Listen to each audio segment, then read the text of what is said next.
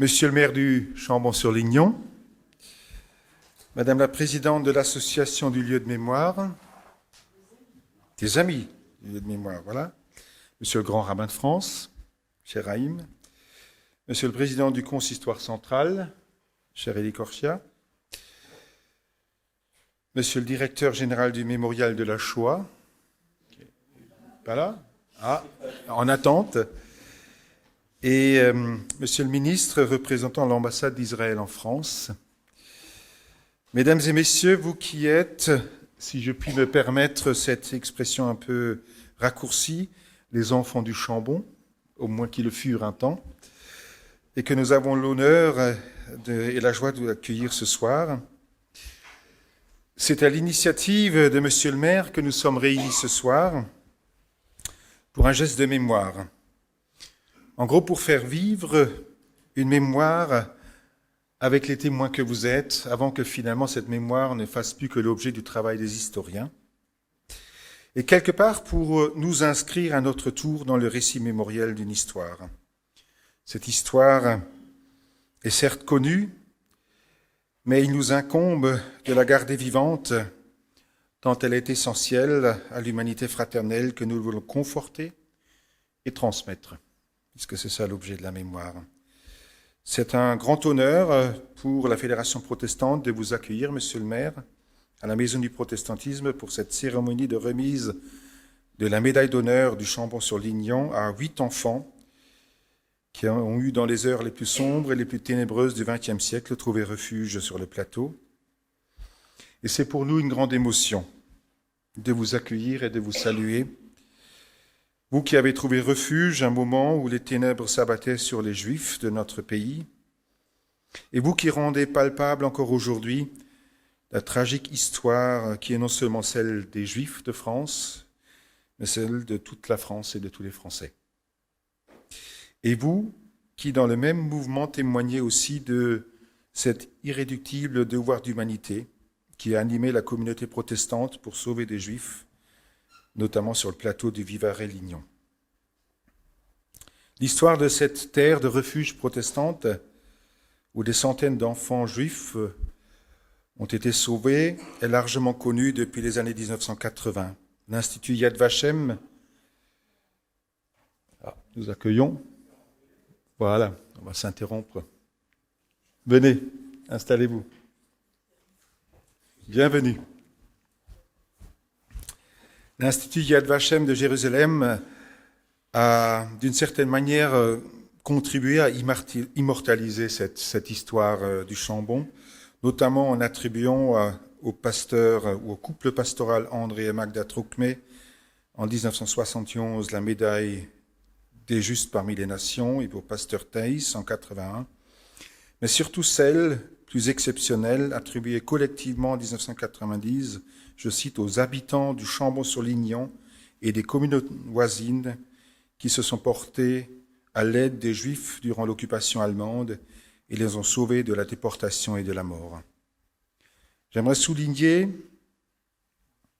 cette dimension collective, car c'est bien là que réside la spécificité de l'accueil des réfugiés sur le plateau de 1939 à 1945. Patrick Cabanel, dans sa contribution à l'histoire juive de la France, qui vient de paraître sous la direction de Sylvie-Anne Goldberg, ces jours-ci, je crois, souligne la spécificité de ces zones de refuge n'est pas tant quantitative, elle tient au fait que c'est tout un tissu social d'un territoire assez vaste qui se mobilise à des degrés divers, du simple silence protecteur à la prise de tous les risques, en faveur d'arrivants juifs, d'abord déclarés puis clandestins. Les Huguenots qui habitent ces territoires n'ont pas oublié leur affinité avec le judaïsme. Et c'est le deuxième point que j'aimerais souligner et évoquer ce soir. Ces protestants de France n'ont pas trahi leur proximité avec le judaïsme, cette proximité qui s'origine d'une part dans ce lien herméneutique qui lie ceux qui étudient la Torah à la quête d'un enseignement divin, et d'autre part ce lien mémoriel qui rapproche celles et ceux, bienvenue, celles et ceux qui portent la mémoire d'un passé de minorité persécutée. Certes, la conscience de cette affinité a été nourrie par des pasteurs très informés de la réalité du nazisme depuis 1933, des pasteurs qui ne manquèrent pas sur le plateau d'animer l'engagement aussi discret que résolu des fidèles qui leur étaient confiés. C'est bien grâce à cette dimension à la fois protestante et collective que le Chambon-sur-Lignon occupe un rang exceptionnel au plan national, étant certainement la commune la plus citée parmi celles où des Juifs ont trouvé refuge et où ils ont été le plus ou le mieux protégés. Mais la grande histoire n'est rien sans l'histoire des femmes et des hommes et la singularité de leur parcours de vie. Elle n'est pas complète sans l'apport du récit de chacun, sans l'histoire des destinées individuelles. Et donc notamment la vôtre, vous qui avez trouvé un temps refuge sur le plateau. Muriel Rosenberg, qui tout à l'heure prendra la parole pour présenter les récipiendaires, a réalisé un persévérant et minutieux travail d'identification de celles et de ceux qui ont trouvé refuge sur ces terres cévenoles. Certains sont des figures connues, telles de l'histoire, telles Jules Isaac ou André Chouraki.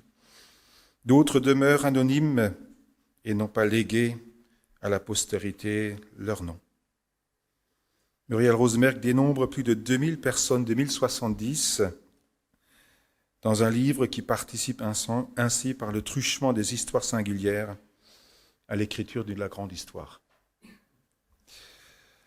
Enfin, cette grande histoire n'est pas sans ce qui anime le cœur et l'esprit des humains. Je veux parler de la dimension spirituelle qui a nourri la vision de ce devoir d'humanité assuré collectivement sur le plateau. C'est pourquoi, avant de conclure, je voudrais donner lecture d'un bref passage d'une prédication d'André Trocmé, dans laquelle, après avoir exhorté ses auditeurs à une attitude humble et repentante devant Dieu, il les appelle à opposer à la violence exercée par l'idéologie nazie sur leur conscience les armes de l'esprit. Je cite, « En humiliant nos cœurs devant Dieu, n'humilions pas notre foi et nos convictions fondées sur l'Évangile.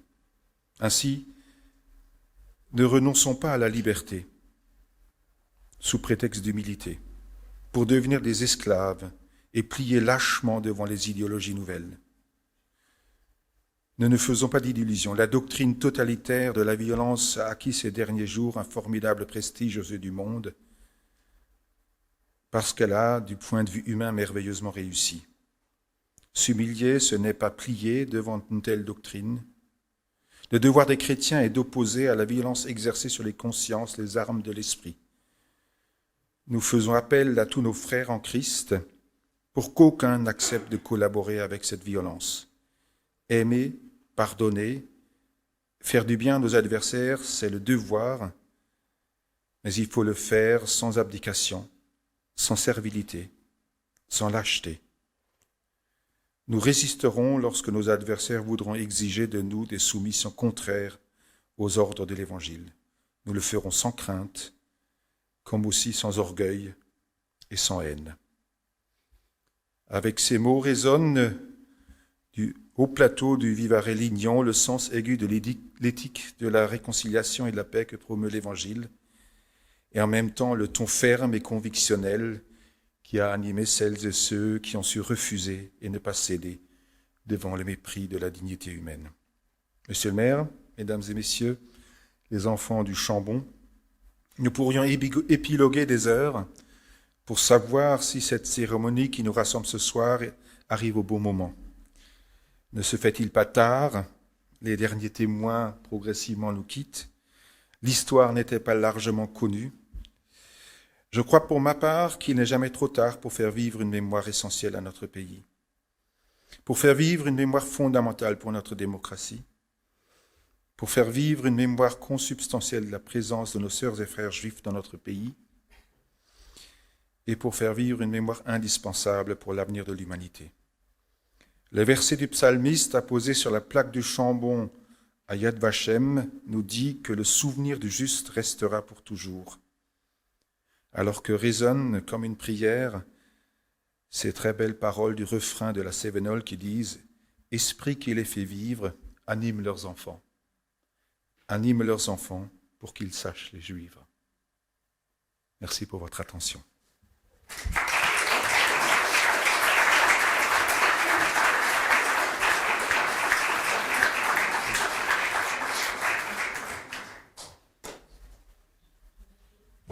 Alors moi, je ne suis pas aussi moderne que toi et j'ai besoin encore de papier. Je vois que tu t'es mis à l'informatique. C'est gentil. Monsieur le Président de la Fédération protestante, mon cher Christian, Madame la Vice-présidente de la Fédération protestante, Monsieur le Grand Rabbin de France, Haïm Corsia, Monsieur le Président du Consistoire, Élie Corsia, Monsieur le représentant de l'ambassadeur d'Israël, merci de votre présence, Saeb Fares, Madame la Présidente des Amis du lieu de mémoire, Muriel Rosenberg, Mesdames, Messieurs, chers amis, je voudrais vraiment remercier toute l'équipe de la Fédé. On dit toujours la Fédé, pour son aide dans l'organisation de cette cérémonie, en particulier Charles-Henri Maléco, qui nous a servi d'intermédiaire. Et je voudrais enfin excuser Denise Valla, qui a été adjointe à la culture sous la mairie d'Éliane Vauquier, qui est présente et que je salue, et qui est toujours adjointe à la culture, mais qui, pour des raisons personnelles, ne pouvait pas être avec nous, ce qu'elle regrette énormément. Si nous sommes réunis tous ce soir, c'est qu'il y a 80 ans, il s'est produit dans des circonstances tragiques une rencontre hautement improbable. Et les probabilités, c'était mon domaine. En effet, dans cette petite enclave huguenote autour du Chambon-sur-Lignon, aux confins de la Haute-Loire et de l'Ardèche, jamais n'auraient dû se rencontrer plus de 2000 réfugiés juifs dont vous étiez, Colette, Michel, Roger, Philippe, Jacques, Alain, Renaud, Étienne, avec les habitants de ces hautes terres rurales et froides du plateau. Avec ça, la description n'est pas faite pour nous attirer des touristes. Sur cette terre hospitalière, 8000 âmes ont su, en regroupant les villages du plateau, ont su accueillir près de 5000 personnes en quête de refuge, enfants de familles protestantes ou non. Réfugiés de toutes sortes, réfugiés politiques, venus de France ou des pays où le totalitarisme se développait, l'Allemagne, l'Autriche, puis réfugiés espagnols. Et parmi tous ces réfugiés, plus de 2000 personnes israélites qui fuyaient, en particulier après l'été 42, les exactions des régimes perdus dans une folie meurtrière. Pour des Juifs citadins, le nom du Chambon-sur-Lignon ou des communes de notre plateau était totalement inconnu. Certes, quelques familles juives venaient déjà en vacances, mais rien ne les distinguait, sauf peut-être leur habitude alimentaire, des autres estivants venus de Saint-Étienne, de Lyon, de Marseille ou même d'Afrique du Nord pour profiter du bon air du Chambon. De leur côté, pour les protestants du plateau, les Juifs, c'étaient ceux du peuple d'Israël, celui qui leur était familier dans leur lecture quotidienne de la Bible. Ils ignoraient qu'à quelques dizaines de kilomètres de leur village existaient de vraies synagogues à Annonay, au Puy-en-Velay, avec des communautés juives bien vivantes. L'histoire est désormais bien connue de ces réfugiés juifs, hommes, femmes et surtout enfants qui ont trouvé accueil et refuge auprès des habitants du plateau. Mais je laisserai à Muriel Rosenberg le soin d'en parler et de parler du refuge. Si nous sommes ensemble ce soir, c'est pour remettre la médaille de la ville du Chambon-sur-Lignon à vous qui êtes assis au premier rang et qui avez passé une partie de votre enfance au Chambon pendant la guerre et que Muriel a eu la chance de rencontrer au cours de son lent, patient et fructueux travail de recherche afin de donner un nom, une histoire personnelle, un visage parfois à ces réfugiés. Pourquoi une médaille ? Des médailles, des manifestations de reconnaissance, notre village en a beaucoup reçu. La plus symbolique pour nous, pour moi, étant le diplôme d'honneur délivré par Yad Vashem, comme tu le rappelais tout à l'heure, en 1990, en reconnaissance de l'action des habitants du Chambon et des villages environnants. Nous avons pensé que c'était désormais à notre tour d'en décerner. L'idée nous en est venue quand, il y a 2 ans, Peter Feigl est revenu discrètement au Chambon, où, jeune adolescent, il écrivait chaque soir à ses parents qui, il ne le savait pas alors, étaient déjà morts en déportation. Depuis, il a témoigné largement, en particulier aux États-Unis, de cette histoire.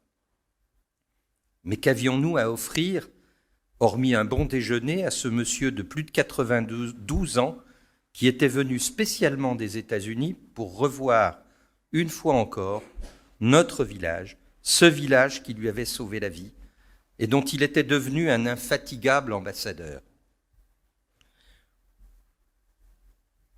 Comment lui exprimer notre reconnaissance pour cette si longue fidélité ? Alors nous avons pensé à la médaille que la commune remet en remerciement à ceux qui ont, d'une manière ou d'une autre, œuvré pour elle. Cette médaille, l'année suivante, nous l'avons remise à Lucien Zunger. Je l'ai vu tout à l'heure. Ouais. Et il était venu lui aussi en pèlerinage au Chambon et il est avec nous ce soir. Avec Muriel Rosenberg, présidente de l'Association des Amis du lieu de mémoire, et Denise Valla, nous avons pensé que nous pouvions aussi venir vers vous sans vous obliger à faire le long et fatigant voyage jusqu'au Chambon. Mais vous y êtes toujours conviés. Et voilà pourquoi nous sommes tous ici, grâce au généreux accueil de la Fédération protestante. Merci Christian. Pour moi, vous remettre cette médaille a une très haute valeur symbolique. Elle permet à la commune du Chambon-sur-Lignon de marquer sa reconnaissance. Car oui, nous avons un devoir de reconnaissance envers vous. Celui d'avoir témoigné de cette histoire trop longtemps tue sur le plateau. Vous êtes la mémoire vivante de cette histoire. Vous êtes des témoins irréfutables. Certes, elle est aujourd'hui racontée par le lieu de mémoire du Chambon-sur-Lignon, créé avec conviction et énergie il y a tout juste 10 ans par Éliane Vauquier, qui m'a précédé à la mairie du Chambon et dont je salue la présence ce soir, ainsi que celle de tous les membres de l'association pour la mémoire des enfants cachés et des justes présidée par Prosper Amouyal, qui l'a aidé à trouver les financements nécessaires. Le projet était ambitieux, ma chère Éliane, pour une petite commune de 2500 habitants que nous sommes. Cette médaille est surtout une manière de remarquer le lien indéfectible qui nous relie à vous et à tous les survivants de la Shoah passés par le Chambon. C'est un lien fort, c'est un lien de vie, c'est un lien d'espérance, un lien forgé dans les plis d'une histoire tragique entre ceux qui étaient persécutés et ceux, qu'ils soient officiellement reconnus justes ou non, qui leur ont ouvert leurs portes, leur cœur, au nom de la foi, ou tout simplement pour des raisons d'humanité et de fraternité. Alors, au nom des habitants du Chambon-sur-Lignon et de l'ensemble du plateau, permettez-moi de vous dire merci. Maintenant, je voudrais laisser la parole à M. Haïm Korsia, grand rabbin de France.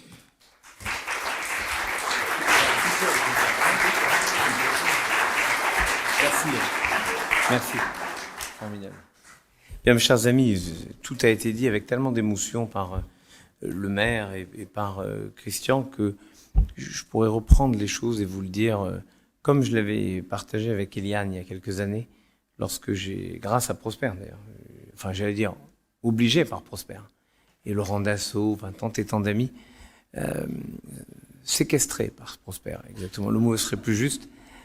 Lorsque je suis venu sur le plateau, rencontrer réellement cette histoire qui m'habite depuis tant et tant d'années, et qui est le socle de ce que nous voulons faire avec le président du Consistoire central, Maître Élie Corsia. Ouais, très bien. Corsia. C'est une ruse. C'est comme Krieger, Krigel. On fait des petits trucs, mais là, en tout cas, ce qui nous habite, nous, c'est l'obsession de la transmission. Et ce qui est le cœur du judaïsme, la reconnaissance. En hébreu, le juif, c'est Yehudi, ça vient de Yehuda, le 4e fils de Jacob. Il n'y a qu'avec un protestant que je peux me tourner vers lui en me disant « Donne-moi la liste des 4 premiers fils de Jacob dans l'ordre. »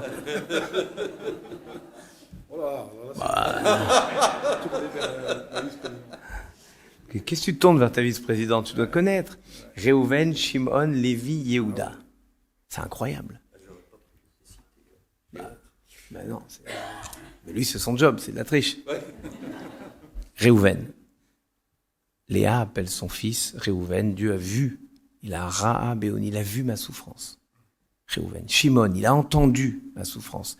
Lévi, il m'accompagne. Il m'en donne un autre. Le 4e seulement, elle appelle Yehuda. Merci. Et c'est notre nom. Nous sommes ceux qui sommes nous-mêmes que lorsqu'on dit merci. Et donc c'est à nous, depuis toujours, de dire merci au monde protestant, comme nous avons dit merci au monde catholique, avec la lecture que j'ai imposée dans toutes les synagogues. Et il m'a accompagné dans ce principe. On va lire la lettre de Monseigneur Saliège dans toutes les synagogues de France pour les 80 ans de cette lettre. Le 23 août 42.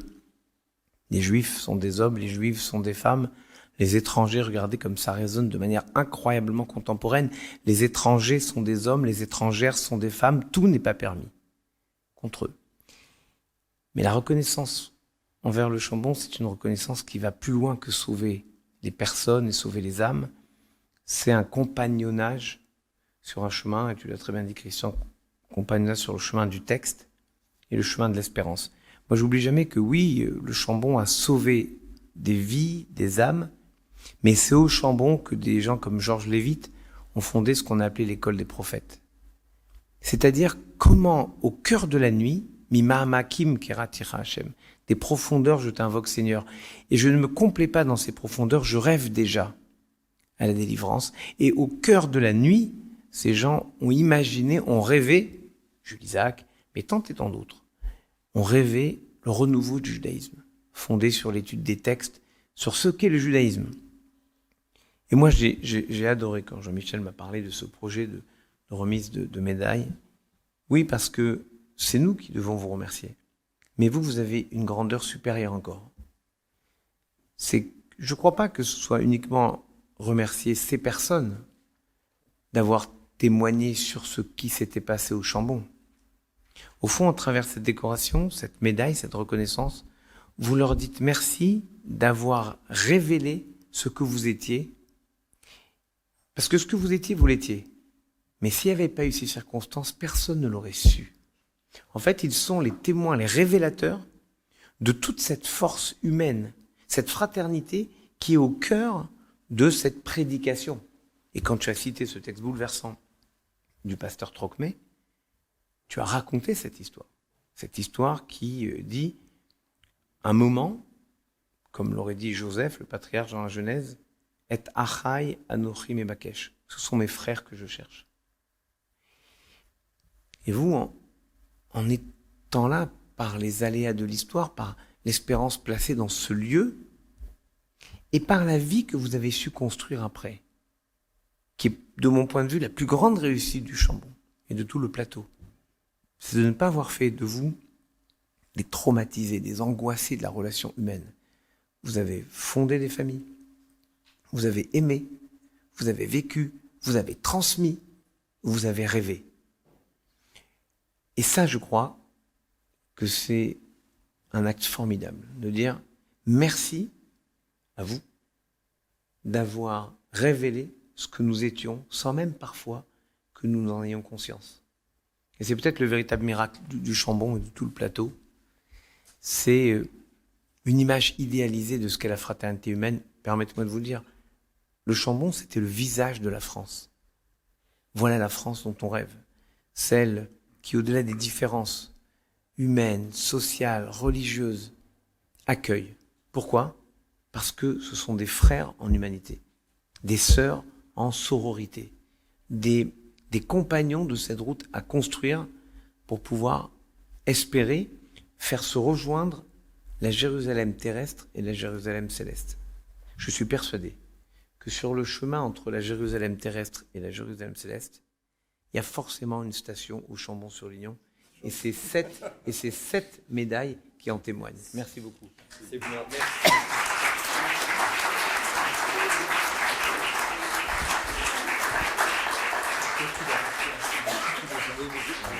Ouais. Alors je donne la parole à Muriel Rosenberg qui donc a fait ce travail d'identification dont on parlait, qui va rapidement évoquer cette histoire et puis présenter les récipiendaires. Voilà. Bon, merci. Tout d'abord, je suis assommée de parler après le grand rabbin, mais bon, à part ça, ça va. Alors, bonsoir à tous et toutes.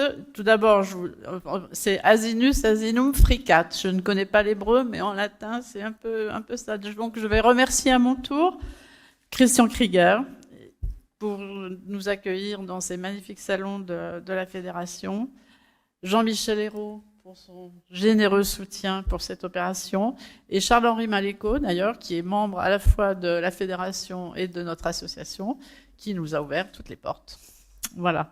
Donc, je voudrais remercier également, mais ça a déjà été fait, Eliane Vauquier de sa présence ce soir, notre maire honoraire du Chambon-sur-Lignon, et Jacques Fredge, mais qui n'est pas là apparemment, voilà, qui est directeur du mémorial de la Shoah, dont dépend, auquel est rattaché le lieu de mémoire maintenant. Donc, et je remercie évidemment tous les participants pour votre chaleureuse présence.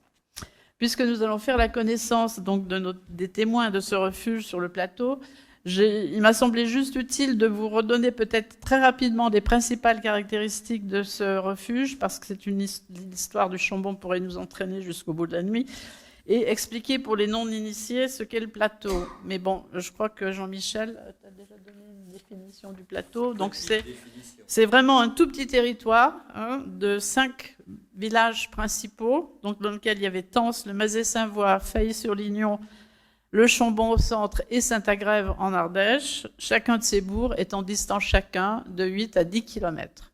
Donc vous voyez un petit peu l'espace que ça représente avec une population de entre 8 et 10 000 habitants, plus les 2000 réfugiés qui sont arrivés. Le refuge s'est un peu échelonné. En fait, la grande majorité des réfugiés sont arrivés plutôt fin 42, début 43. Il y en avait quelques-uns entre 39 et 42, environ 200, qui étaient les touristes de l'été qui ont pu rester, les Alsaciens lorrains surtout, qui ont dû fuir leur propre région en 1939, mais qui ne sont peut-être pas restés jusqu'à la fin de la guerre, alors que ceux qui sont arrivés en 42 sont restés jusqu'à la fin de la guerre.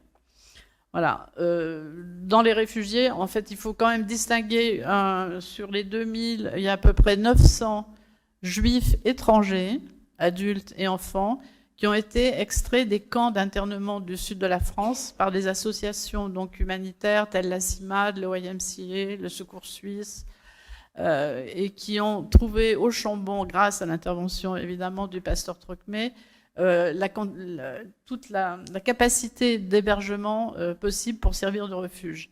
Et donc ces 900 personnes sont arrivées entre le printemps 42 jusqu'à fin 43, où les camps, à peu près la globalité des camps, avaient fermé. Alors, en principe, c'était un refuge officiel, parce que pour les faire venir, il fallait donner une liste à la préfecture. Donc la préfecture connaissait l'existence de ces gens au Chambon. Mais aucun d'entre eux, pratiquement, ne sont retournés dans les camps. Parce qu'ils étaient là, ils avaient des permis de séjour de 3 à 6 mois, qui ont été renouvelés, et beaucoup sont partis en Suisse. Fin 42, il y a eu une filière sur la Suisse qui a permis à tous les Juifs de partir. C'est 900 réfugiés juifs, mais la vocation de ces associations était totalement œcuménique, c'est-à-dire qu'au début, bon, ils avaient même presque envie de ne faire sortir que des protestants. Il y avait beaucoup d'Allemands juifs qui s'étaient convertis au protestantisme dans les camps, mais la situation se durcissant au fur et à mesure des mois, au mois d'août, après ils ont fait venir plus de juifs qu'au départ, en fait. Voilà. Donc il y avait un peu plus que ces 900 étrangers juifs qui étaient réfugiés au Chambon. Il y avait des Allemands, il y avait des antinazis, etc.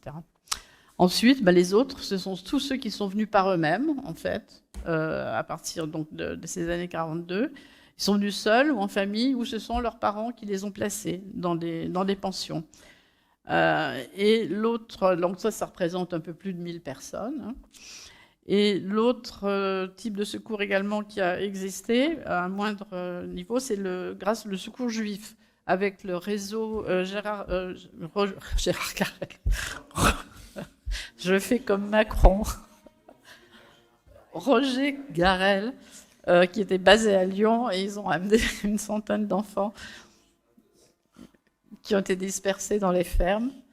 Voilà, quand l'OSE, en fait, a constaté que pour sauver les enfants, il fallait plutôt les disperser dans des milieux non juifs plutôt que de les garder concentrés dans les propres maisons juives. Voilà. Donc tout ça, ça fait à peu près 57% de l'ensemble de ces réfugiés se retrouver à dépendre du Chambon-sur-Lignon quand même. Donc sur le plan de l'alimentation, ça a été un petit peu dur. Hein. Je pense que vous en avez sûrement un peu souffert. Voilà. Par contre, le bilan de survie de ces réfugiés est exceptionnel. On ne compte au final que 8 arrestations sur le plateau ayant entraîné des déportations. Alors d'autres personnes étant déjà passées par le Chambon, mais étant parties de leur propre gré, ont été évidemment déportés ou arrêtés. J'en ai retrouvé à peu près une quarantaine. Et donc, on peut dire que sur ces 2000 juifs, à peu près 99,6% ont survécu. Voilà. Donc, nous sommes donc réunis autour de cette histoire heureuse. Et je voudrais vous donner un détail amusant, c'est que votre réaction, chers témoins, à l'annonce de ce projet, réaction qui était identique pour vous tous, c'était une médaille. Mais quelle idée! Mais qui suis-je pour mériter cela? Je n'ai rien fait. C'est le Chambon qui a tout fait et le mérite. Bon, une fois que j'ai essayé de vous expliquer à peu près le sens de cette médaille, tant bien que mal, vous avez finalement accepté et j'en suis très heureuse. Voilà, mais effectivement, comme le disait Jean-Michel, vous avez survécu, donc vous êtes des témoins, vous avez gardé des contacts, vous avez témoigné.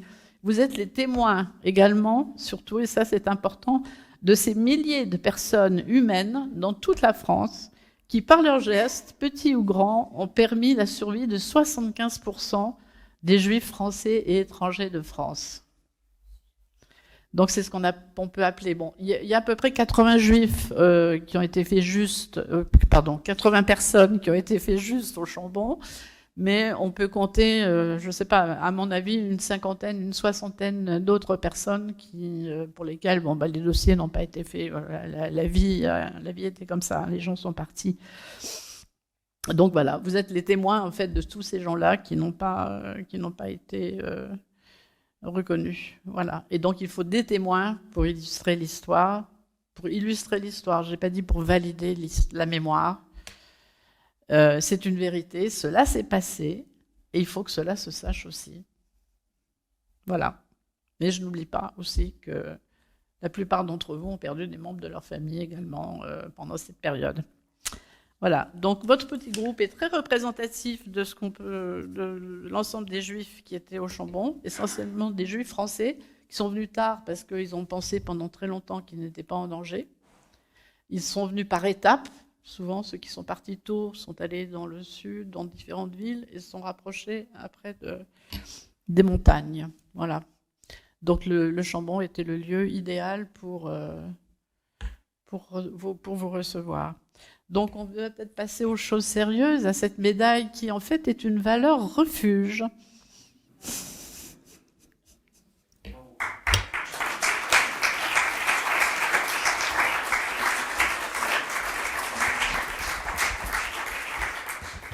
Et comme deux mères valent mieux qu'un seul, je voudrais bien que Eliane vienne me rejoindre.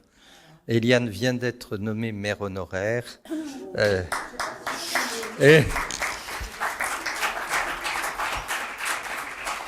Et donc, je souhaiterais que tu nous accompagnes dans cette remise. Merci beaucoup. Je suis très, très touchée d'être associée à cette très jolie cérémonie et très heureuse de vous retrouver tous. On va faire par ordre alphabétique. Colette, si ça ne t'ennuie pas. Colette Benveniste, Pio, la première. Oui, bah tu viens puisque tu n'as pas voulu que je parle de toi. Donc,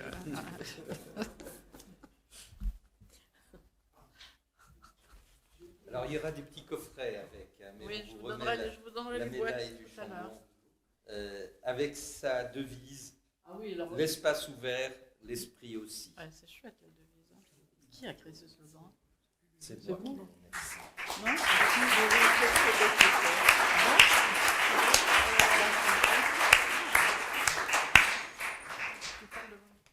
Oui, si c'est assez fort, j'espère. J'ai oublié mes lunettes, alors j'ai que des lunettes de soleil, ça ira. 13 juillet 1942, j'ai 9 ans, mon père, ma mère, mon frère et moi arrivons au Chambon-sur-Lignon.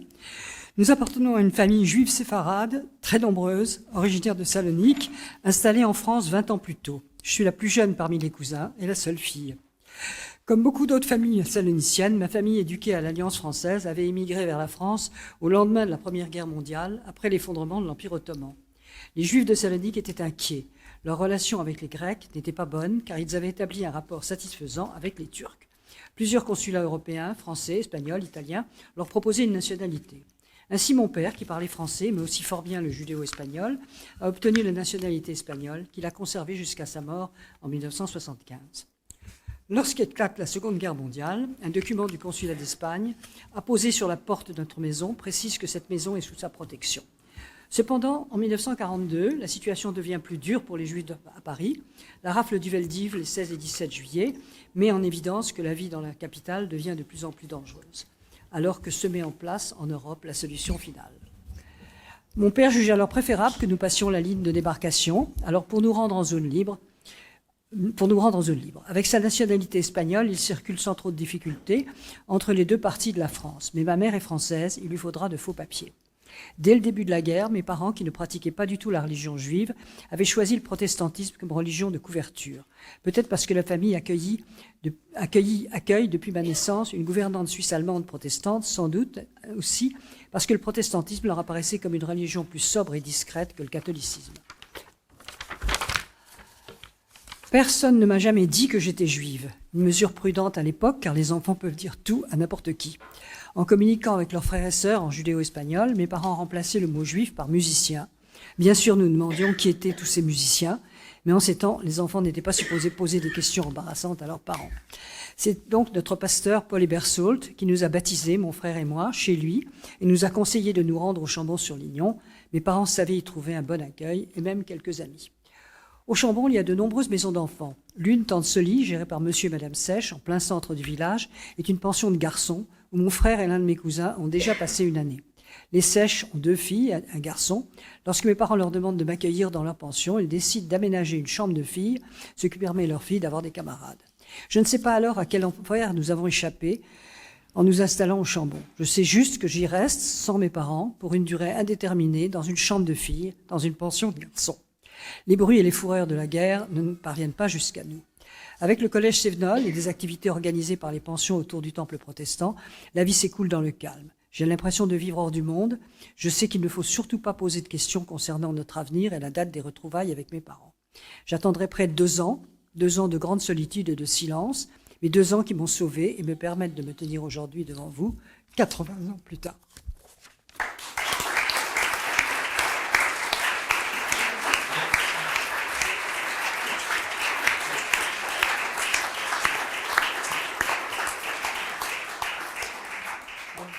Philippe Calleux, et on pensait avec sa sœur Michelle Cohn, qui n'a pas pu venir des États-Unis, contrairement à ce qu'elle espérait.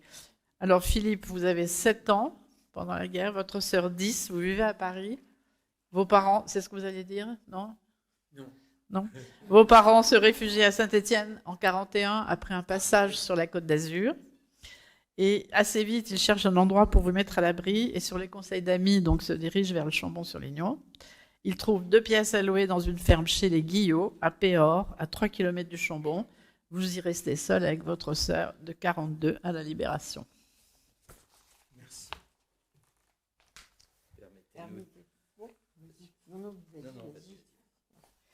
Permettez-nous de vous offrir cette médaille de la commune du Chambon-sur-Lignon. C'est un plaisir de le faire. Merci mille fois. Merci à vous.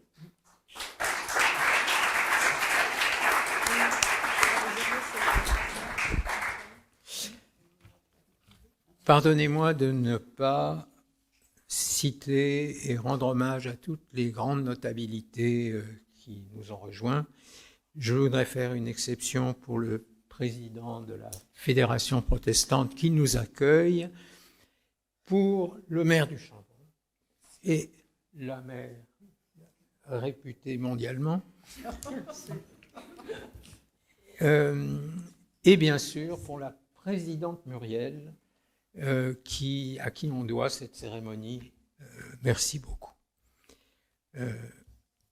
En effet, mes parents, qui, après avoir habité à Paris, s'étaient réfugiés à Saint-Étienne, avaient compris sur le tard que nos jours étaient en danger, et ayant entendu parler du Chambon, mes parents nous ont installés au premier étage d'une ferme isolée qui était en effet à Péor. Et donc, je souhaiterais partager l'honneur de cette médaille avec la famille Guillot, qui exerçait ce métier d'agriculteur et qui nous avait ouvert les bras pendant ces années sombres. Je voudrais aussi remercier Madeleine Wissler, la dame alsacienne que mes parents avaient chargée de nous garder, quel que soit le risque. Parce qu'en effet, nous étions des petits-enfants et nous ne pouvions pas subsister tout seuls. Pour nous, le Chambon n'a pas seulement été un refuge. Il faut imaginer ce que peut produire pour 2 enfants des villes la découverte de la vie de la ferme, les vaches que l'on garde, les foins que l'on coupe, le blé que l'on bat au fléau, l'eau que l'on va pomper au pied de l'escalier, et tout ceci entouré de la bienveillance de toute une population. Les hommes et les femmes du Chambon ne nous ont pas apporté le salut de la vie, ils nous ont appris la joie de vivre. Et grâce à eux, nous avons pu aussi réaliser la plus belle survie que l'on puisse imaginer, qui est la possibilité de créer une famille. Et donc, pour ma part, j'ai 5 enfants et 3 d'entre eux sont là parce qu'ils ont appris toute l'importance de cette cérémonie et toute l'importance du Chambon-sur-Lignon. À ce stade, je voudrais aussi ajouter quelques mots de ma sœur Michèle, 91 ans, qui vit à New York et qui est désolée de ne pas avoir pu nous rejoindre. Je lis. Au cours de ma vie professionnelle aux États-Unis, en tant que critique d'art, j'ai rencontré plusieurs personnalités qui, lorsque je mentionnais le nom du Chambon, m'ont dit « Mais je connais très bien, j'étais au collège Sévenol pendant la guerre du Vietnam, où, étant de religion Quaker, je connais le lien particulier qui a longtemps existé entre les Quakers et le Chambon. » Et elle dit « J'ai eu encore d'autres rencontres merveilleuses. Un lien fort est né de ces rencontres, pas comme les autres. » Le message du Chambon-sur-Lignon au reste du monde est impérissable. Souvenons-nous du magnifique exemple des habitants du Chambon. Refusons les discours de haine, d'où qu'ils viennent. Tendons la main à ceux qui ne sont pas comme nous. Merci.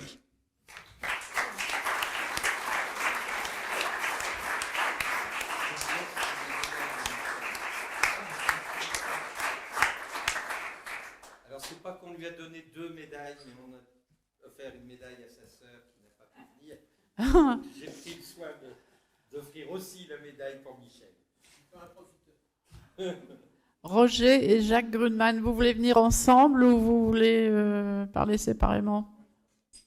Bon, alors, venez ensemble. Alors, Vos parents d'origine polonaise sont en France dans les années 20, puis à Rouen en 1930. Ils rejoignent de la famille à Toulon à la déclaration de la guerre.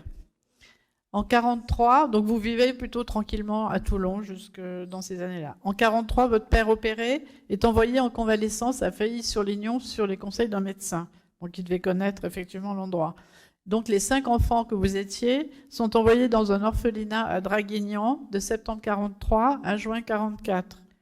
Votre mère revient vous chercher fin juin 1944 pour vous ramener à Failly, et après un voyage épique, elle vous ramène en vie à Failly-sur-Lignon. Vous aviez 12 ans et 5 ans. À vous. Vous voulez dire un mot? Ça c'est Roger, Jacques. Moi j'ai Roger, c'est lequel? C'est celui-là. Roger, je crois que c'est Eliane qui a votre médaille. Attention, Jacques. Oh là là, pardon. Vous avez... Vous avez glissé. Appuyez-vous sur le siège. Et Jacques.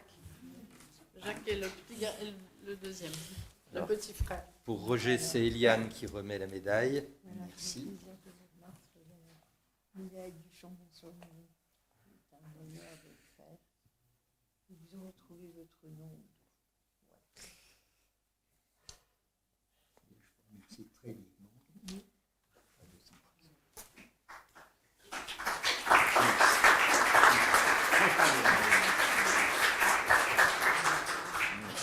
Jacques, permettez-moi aussi de vous remettre la médaille du Chambon, gravée à votre nom, et en remerciement de votre témoignage.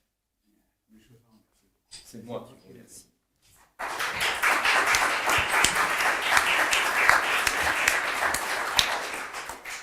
Jacques, et à côté.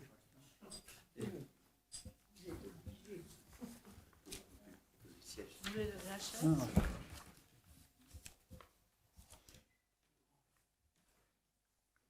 Un peu comme mon prédécesseur, je n'ose prendre le temps de saluer toutes les hautes autorités qui ont bien voulu présider à cette séance.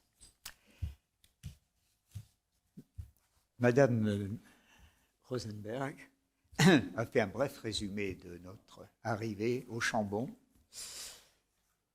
Il s'illustre de quelques commentaires. Est-ce qu'on m'entend là? Oui. Voilà. De quelques commentaires. Tout n'a pas été aussi simple. Quitter le Draguignan où les 5 enfants, dont le Benjamin, Jacques, je sais pas où, bon, Jacques et l'aîné que je suis, notre mère vient nous chercher. Les transports en juillet 1944, parce que le 6 juin 1944, nous étions à Draguignan et dans la demi-journée, nous avons été informés du débarquement. Je me suis toujours demandé comment nous pouvions être ainsi informés. Bon, le mystère subsiste. Le téléphone à l'époque était très peu répandu et c'est certainement pas à un de nos collègues que l'on doit d'avoir été informé. Le deuxième point, c'est que, ayant quitté Draguignan par le train, etc., jusqu'à Valence, ça se passe lentement, mais sûrement. Mais à Valence, il faut traverser le Rhône. Et à ce moment-là, le pont est gardé par les Allemands, puisque la traversée était un point sensible.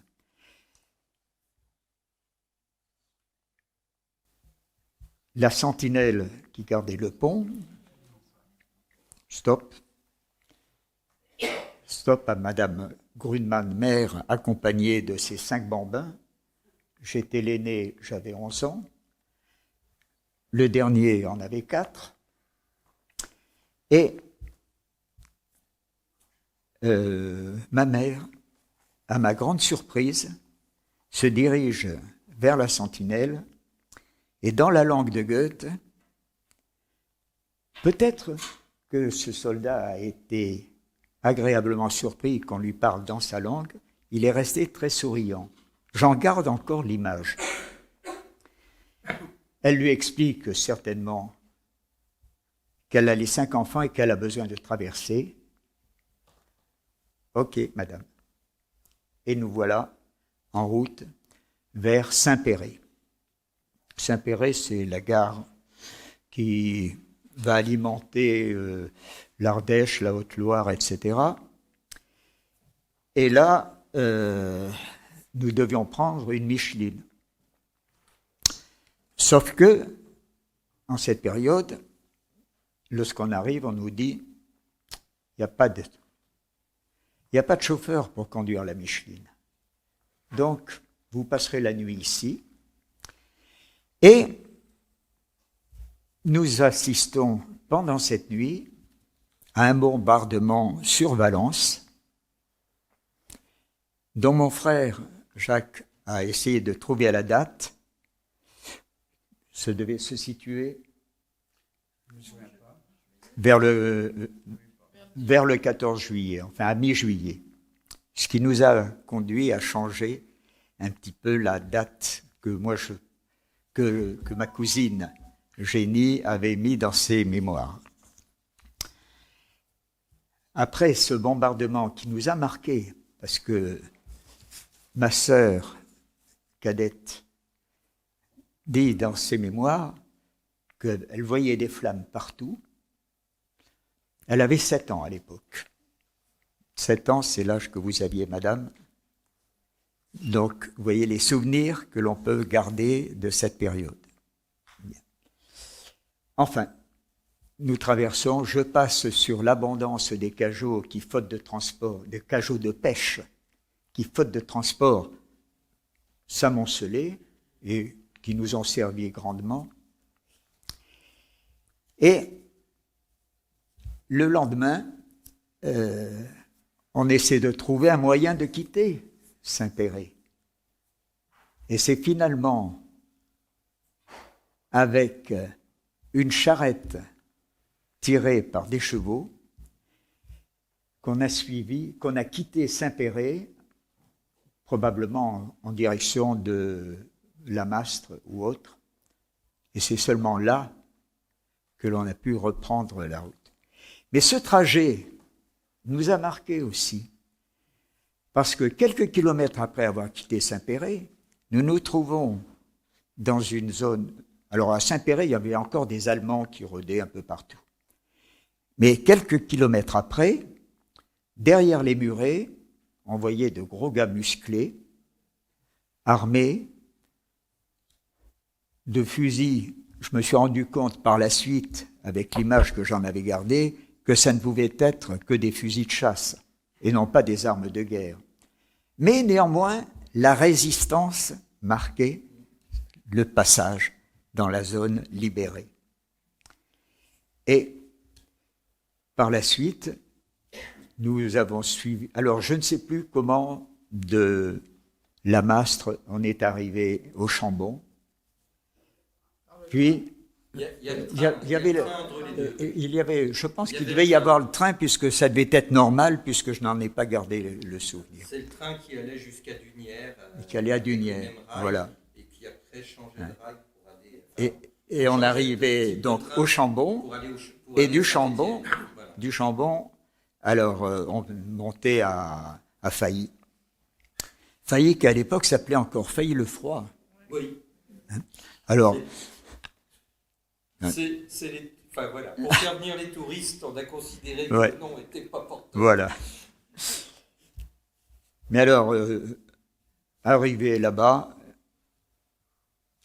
donc mi-juillet, nous allons rester 2 mois, enfin pour ma part, de juillet à septembre, 2 mois et demi, et la rentrée approche. Alors, une partie de la France est libérée, mais les conditions matérielles pour revenir chez soi étaient assez délicates. Si bien que on nous sépare. Je reste au Chambon pendant quelques semaines au collège Sévenol. Alors, Je sais qu'il y a eu le collège Sévenol, puis la nouvelle école Sévenol. L'école nouvelle Sévenol d'abord et voilà. le Sévenol après. Voilà. Alors, moi, je suis entré en classe de 4e à ce moment-là. 11 ans Non, j'en avais 12 quand je suis arrivé. En classe de 4e et en 4e au lycée, alors au collège plutôt. Alors, c'était le collège Sévenol, puisque c'était une classe de 4e. Voilà. J'ai d'ailleurs eu un pincement de cœur il y a quelques années quand j'ai entendu les déboires de cette institution. Alors, je n'en connais pas les tenants, donc je me garderai bien d'émettre quelques jugements que ce soit, mais sincèrement et profondément, je me suis senti atteint. Je crois que ça rentre dans le cadre de cette interaction entre le Chambon et ceux qui sont arrivés sur place.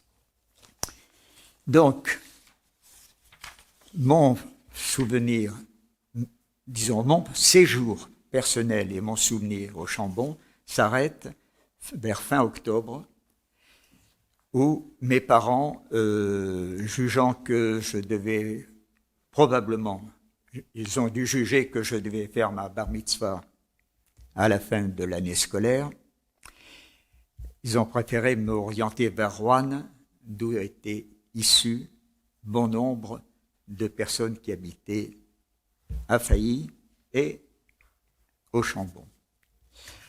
Alors mon frère Jacques pourrait parler, lui, un peu plus longuement, sauf qu'à l'époque, il avait 5 ans.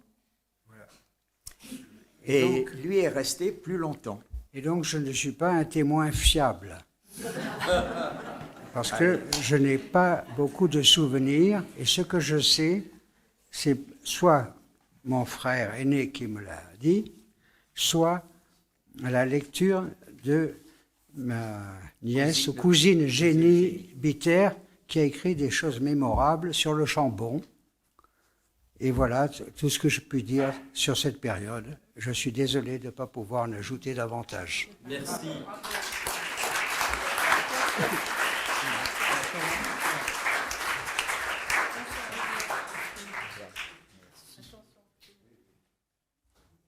Alors, maintenant, Alain Gusy, rapidement. Alain, qui ont des liens de parenté avec les Grudman.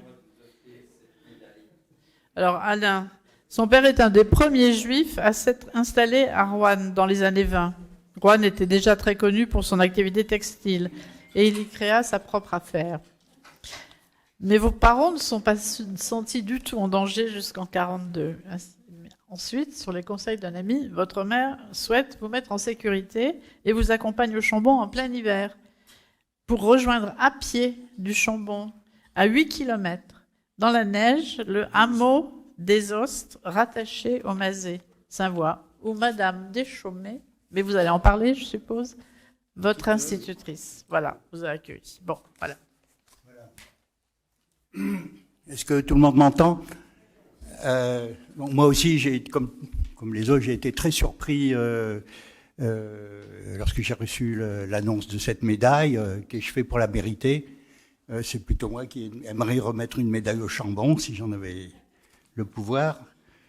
Mais bien sûr, je l'accepte avec reconnaissance, avec fierté.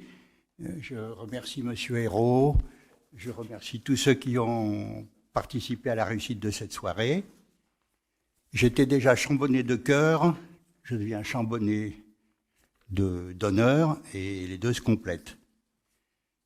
J'ai 86 ans, et à mon âge, on ne regarde pas vers l'avenir, mais vers le passé. Et je repense souvent à cette période dramatique qui a modifié et influencé ma vie. Je revois un petit garçon de 5 ans, à Noël 1942. Il a passé la nuit avec sa mère dans une chambre d'hôtel du Chambon, et au petit matin, ils prennent tous deux la route enneigée qui monte vers le Mazet, puis continue jusqu'au hameau Les Ostes, 12 kilomètres à pied. Il fallait avoir de bonnes jambes. Arrivé aux Ostes, ma mère me confia à l'institutrice locale, mademoiselle Deschaumet, et repartit après m'avoir promis de revenir bientôt. Elle ne savait pas si elle tiendrait sa parole, car elle pouvait à tout moment être arrêtée et ne pas me revoir. Heureusement, je l'ignorais. Je me souviens du matin de la rentrée scolaire, descendant le cœur battant l'escalier qui menait à la cour de l'école et me demandant comment je serais accueilli. Et je fus bien accueilli. C'était une petite école, une salle unique, avec le tableau noir, la carte de géographie, les pupitres munis de leur encrier et le poêle à charbon qui ronflait car il faisait très froid. J'étais le plus jeune et le plus petit. Les plus âgés avaient 14 ans et préparaient leur certificat d'études. Par chance, on me mit près du poêle. Je passais 6 mois dans ce lieu et jamais je n'ai entendu une parole méchante, une remarque désagréable ou une question indiscrète. Les enfants pratiquaient comme leurs parents la conspiration du silence. Entre-temps, mes parents avaient pu heureusement se réfugier dans une ferme des environs entre le Chambon et le Mazet et je les rejoignis à la fin de l'année scolaire. Je pense à ce couple de fermiers qui nous a accueillis avec tant de gentillesse. Ils étaient pauvres, mais ils partageaient. Comme mon institutrice, ils risquaient leur vie pour sauver des étrangers. Il est écrit dans la Bible que chacun de nous doit faire le choix entre le bien et le mal. Encouragés et guidés par leur pasteur, ils ont fait le choix du bien. Cela leur a paru tout naturel, sans qu'ils en tirent la moindre fierté. Et je voudrais leur exprimer mon immense gratitude. J'ai eu de la chance, beaucoup de chance. Non seulement j'ai survécu, mais contrairement à tant d'enfants juifs, je n'ai pas eu froid, je n'ai pas eu faim et surtout je n'ai pas eu peur. Je me suis senti protégé. Enfant de la ville, j'ai découvert la campagne et la beauté de cette région. J'avais la liberté de courir dans les prés et les bois, d'attraper des grenouilles, de cueillir des myrtilles, de me familiariser avec les animaux. En y repensant, j'ai le sentiment d'avoir été heureux. Et c'est pourquoi je suis charbonné de cœur. Pour finir, je voudrais remercier la mairie du Chambon, les amis du lieu de mémoire et l'équipe du lieu de mémoire pour les efforts qu'ils déploient afin de sauvegarder et transmettre le souvenir de ce passé aux nouvelles générations. Je pense que le monde va mal, que la lutte du bien contre le mal n'est jamais terminée. Il faut toujours recommencer. Et c'est pourquoi il est important de ne pas oublier, car ne pas oublier est la première condition pour que ça ne se reproduise plus.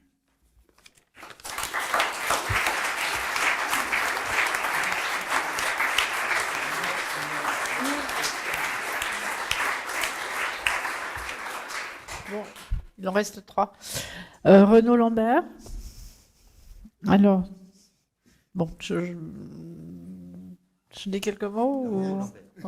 Oui, je dis quelques mots ou vous voulez faire une présentation suffisante? Tu me présentes? Alors, je le présente. Donc, Renaud, il a 4 ans en 40. Renaud a 4 ans en 40. Bon, fils d'une très ancienne famille juive de Lorraine et une mère qui vient d'une famille de Bonnetier de Troyes. Dès 40, la famille de Troyes, donc de votre mère, s'installe à Tence, à l'hôtel Placide. Ils sont un peu plus de 10, je crois, avec des amis, des neveux et des nièces. Votre père est prisonnier de guerre, et donc votre mère quitte Paris avec ses 3 enfants, vous-même, et une petite sœur de 2 ans et un bébé, pour rejoindre Tence. Mais au bout d'1 an, votre mère, qui est sans doute hyperactive, s'ennuie. Elle décide de quitter Tence et elle part à La Mastre, en Ardèche, où elle achète une petite maison et où elle rejoint le réseau de résistance du Père Chaillet, qui était très connu dans la région de Lyon. Vous faites des allers-retours entre Tence et La Mastre. Et puis, début 44, elle vous emmène au Chambon à la pension Les Pins, où vous resterez jusqu'à mi-45. Voilà. Merci Muriel, merci à vous. Oui, ben, je vous donne la médaille avant. Bon. Voilà. C'est un plaisir de vous offrir cette médaille du Chambon-sur-Lignon. Je la reçois avec beaucoup de reconnaissance et beaucoup d'émotion. Je souris, mais c'est un soir de plaisir et de vous retrouver ici, les uns, les autres, et de retrouver avec vous le Chambon-sur-Lignon, pour lequel j'ai beaucoup d'affection. J'ai beaucoup d'affection parce que le Chambon-sur-Lignon, j'y ai été quelques mois, le deuxième semestre 1944, mais je suis arrivé en juin, le débarquement venait d'avoir lieu, nous le savions parce que nous écoutions Radio Londres, et puis nous étions impatients de savoir les nouvelles. En 1944, j'étais dans un camp de louveteaux unionistes, protestants donc, et côté de Bagnères de Bigorre, et je me plaignais que nous n'ayons pas les journaux, que nous ne connaissions pas les informations suite au débarquement. Ma cheftaine me disait « Calmez-vous, calme-toi Renaud ». Donc, ce que je voulais dire du Chambon d'abord, c'est ce que j'y ai appris. Je résume cela en 3 principes: tolérance, écoute, action. Tolérance, c'était l'esprit du Chambon, c'était l'écoute, c'était un air protestant, évidemment, puisque le Chambon dominait, et c'était assez différent de la Mastre, où il y avait un boucher protestant, un boucher catholique, un médecin protestant, un médecin catholique, et ma mère, qui avait 3 enfants dont j'étais l'aîné, allait chez le médecin catholique et le pharmacien protestant, et personne ne comprenait pourquoi. Donc, une personne qui nous gardait m'a dit un jour « Mais toi, Renaud, tu es catholique ou protestant ?» Et j'ai répondu, j'avais 5-6 ans, j'ai répondu « Nous, on est parisiens ». Et je suis revenu assez content de moi, en disant « Ma mère, je l'ai bien eue ». Mais les anecdotes du Chambon, il y en a beaucoup. J'étais à la pension Les Pins avec un monsieur qui s'appelait Barbier, qui avait une superbe barbe, Madame Barbier. J'étais très impressionné par eux parce qu'il y avait une sonnette suspendue au lustre et qu'on appuyait sur la sonnette pour que la valetaille vienne apporter à manger. Monsieur Barbier nous commentait les nouvelles et c'est ainsi que j'ai suivi pendant tout le 2e semestre de l'année 1944, l'avancée des troupes alliées, l'avancée malheureuse, heureusement malheureuse des Allemands en riposte, et puis j'ai vu arriver mon oncle, le colonel dans l'armée américaine, dans son superbe uniforme, et il m'a dit « Nous allons voir ton instituteur », car j'étais à l'école communale.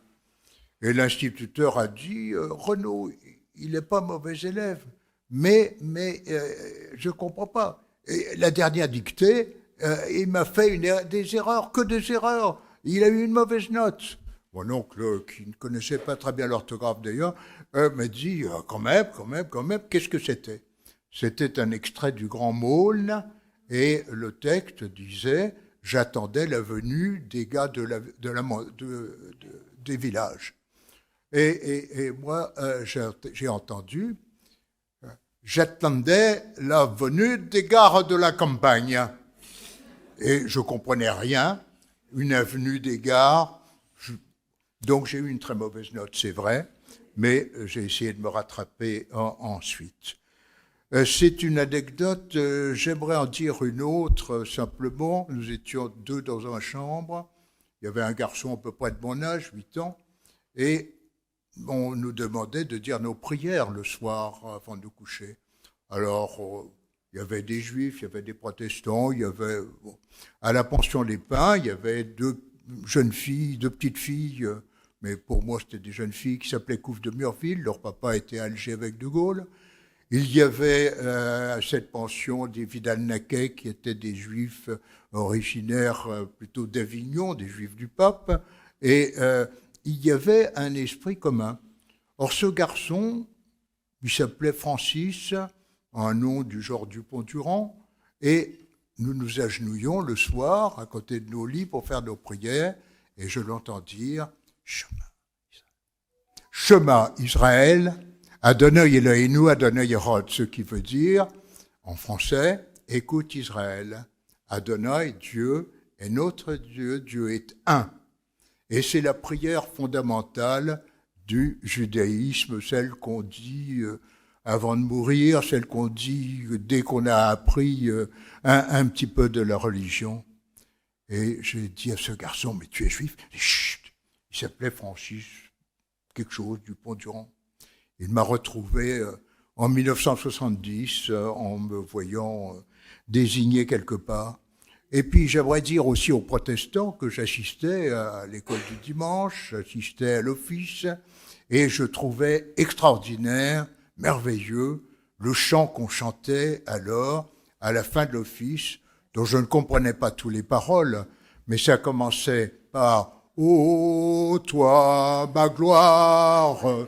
Donc tous les protestants connaissent cela, et après on m'a dit « Tu admirais ça parce que c'était la fin de l'office ». Et je ne savais pas que c'était Handel qui avait composé cette musique superbe. Donc, qu'est-ce que j'ai retiré du Chambon? Je vous occupe encore quelques mots pour dire que, à 9 ans, retournant à Paris, retrouvant mon père qui avait été prisonnier pendant 5 ans, avec ma mère et ses 3 enfants, j'ai demandé à demeurer louveteau-unioniste en disant « Ils ont été très chics pour nous pendant la guerre, je reste louveteau-protestant et je veux rester avec eux encore. » Et je suis resté louveteau-protestant. Quelques souvenirs encore pour évoquer ma rencontre avec celle qui allait devenir ma femme, Francine, et pour dire que nous avons échangé sur le Chambon-sur-Lignon. Elle avait été au collège Sévenol, et comme moi, elle admirait le grand respect humain qu'elle avait trouvé au Chambon-sur-Lignon dans le collège Sévenol de l'époque. Avec ma femme, nous avons adhéré au judaïsme libéral, attaché aux valeurs du judaïsme plus qu'aux pratiques traditionnelles. Et puis ensuite, j'ai créé quelques associations avec Jacques et Bernard Attali, une association pour aider Israël menacé, que j'ai orienté ensuite vers l'étude des textes, à la création d'un centre étudiant juif à Paris, important, le centre Rachi, pendant 15 ans.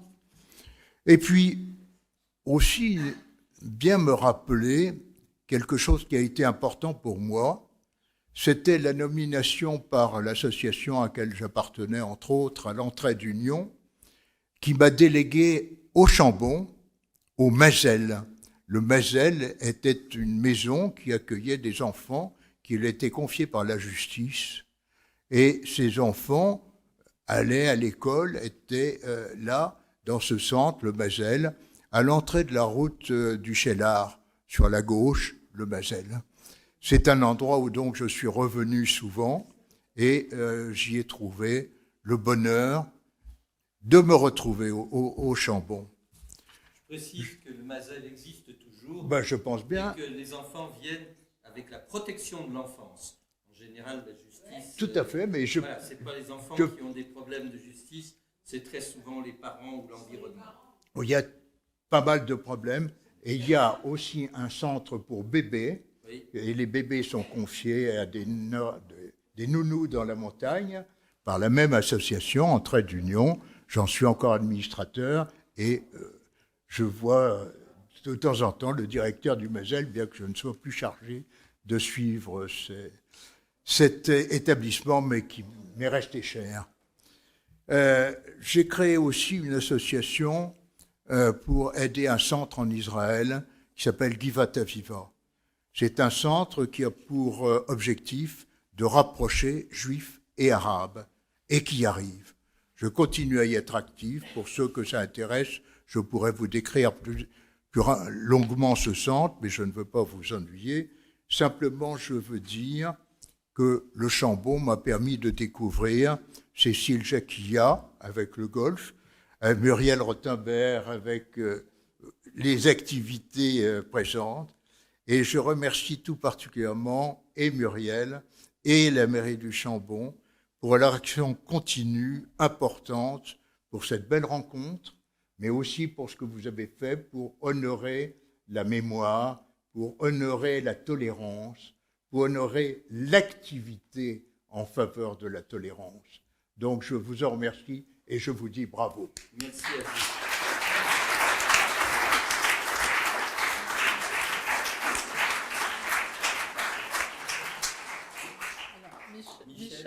Michel Olesinski. C'est moi qui... Ça peut être rapide parce que vous êtes la plus jeune expérience puisque vous êtes né en 1942 à Saint-Étienne. Mais vos parents sont venus fin 42 se cacher au Chambon.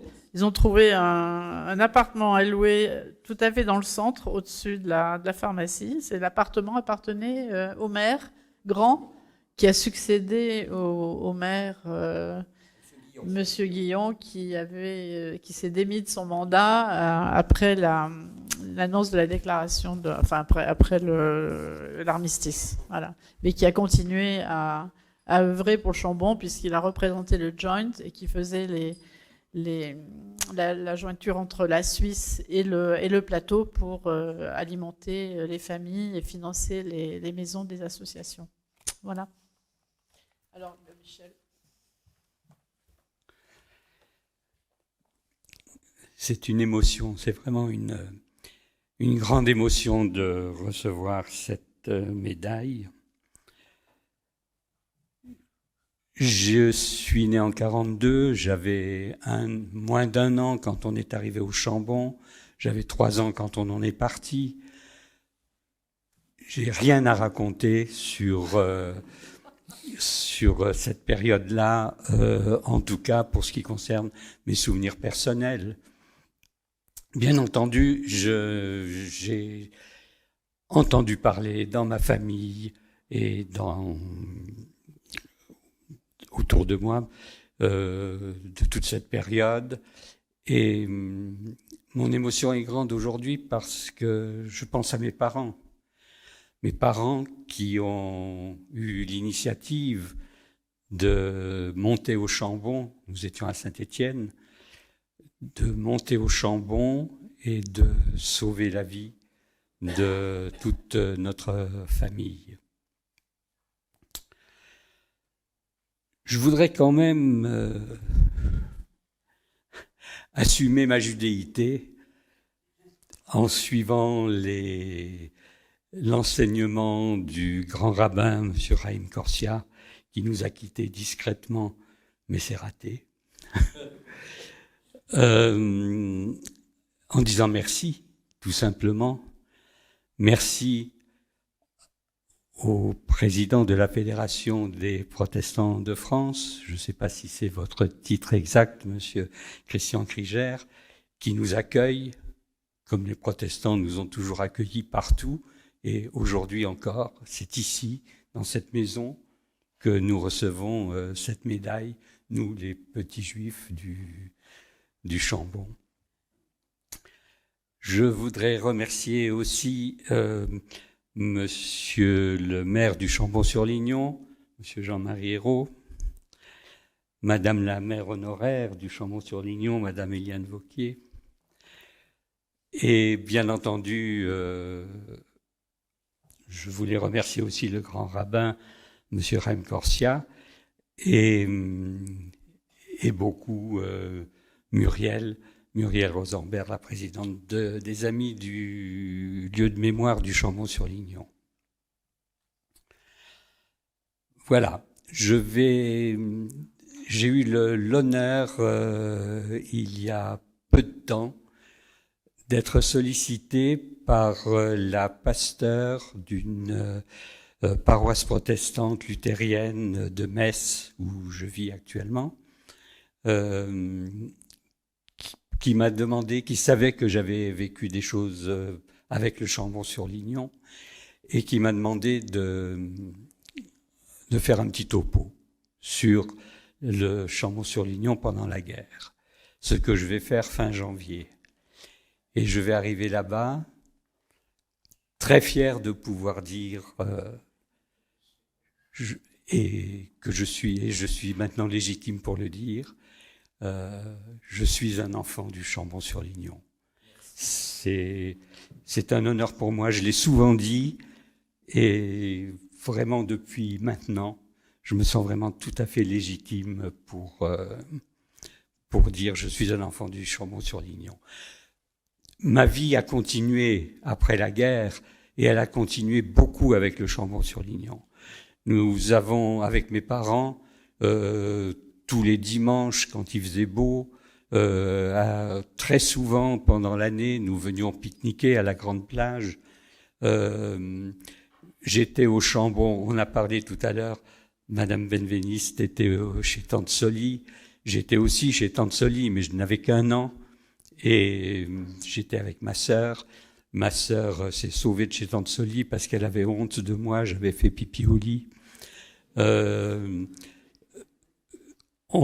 parents ont continué à me mettre en pension chez Tante Soli après la guerre, et jusqu'en 1955, donc jusqu'à ce que j'ai 13 ans, d'abord dans la maison qui est au centre du village, ensuite dans cette maison qui est devenue le Mazel dont on a parlé tout à l'heure, et qui a été construite, je crois, même par Monsieur et Madame Sèche, au Chambon, à l'entrée de la grande plage. J'ai aussi été mis en pension au Pin. C'est vous, Monsieur Lambert, je crois, qui était au Pin, à la pension des Pins. J'y étais aussi, mais après la guerre. Et donc, vraiment, pendant longtemps, toute ma formation, une bonne partie de mon éducation s'est faite au Chambon, dans la nature, à cueillir des myrtilles, à me promener dans la forêt, à me baigner dans le Lignon, à pêcher le goujon. J'étais récemment avec mes enfants pour leur montrer le Chambon. Je leur ai montré, on était à la petite plage, puis je leur ai dit, tiens, vous savez, là, soulevez voir le caillou, là. Il y a sûrement des vers pour appâter les goujons. Effectivement, ils ont soulevé les cailloux, et il y avait des petits vers sous ces cailloux. Ce Chambon, il est en moi complètement, et j'en suis fier. Merci.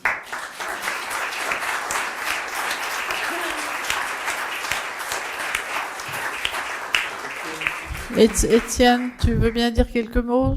Toi, l'homme qui a fait l'objet ton histoire a fait l'objet d'une bande dessinée, qui s'est très bien vendue, paraît-il. Étienne Veil et son frère Philippe. Non, Philippe n'est plus là, mais il a droit à sa médaille. Voilà, Philippe était avec son frère Philippe, âgé, qui avait 6 ans de plus que lui, je crois, et de novembre 42 à la Libération. Je suis surtout très heureux de pouvoir publiquement rendre hommage au Chambon et aux Chambonnais, parce que j'ai été accueilli, protégé, choyé et sauvé. Et puis je voudrais parler d'une dame qu'on ne cite jamais quand on évoque le Chambon-sur-Lignon, qui était mon institutrice, mademoiselle Lombard, fille de pasteur. Et ce pasteur, pour ceux qui connaissent bien Paris, est un des fondateurs de ce qu'on appelle la campagne à Paris à la porte de Bagnolet, qui surplombe la porte de Bagnolet. Et mademoiselle Lombard, je lui dois beaucoup parce qu'elle m'a appris à lire et à écrire, ce qui n'est pas rien. Et voilà. Et c'est une grande émotion de pouvoir le faire ce soir devant vous tous. Merci le Chambon et merci les Chambonnais.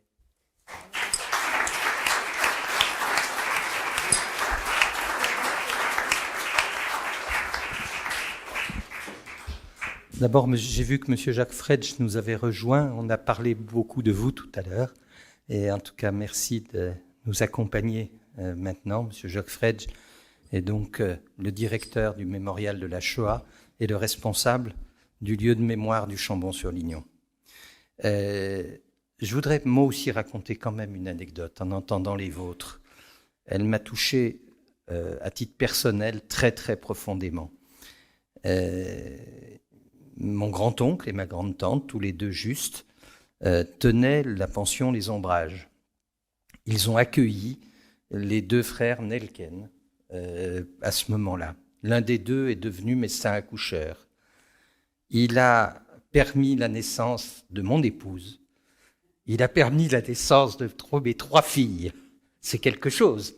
C'est-à-dire qu'il y a un symbole extrêmement fort de passage des enfants sauvés et de la transmission de la vie.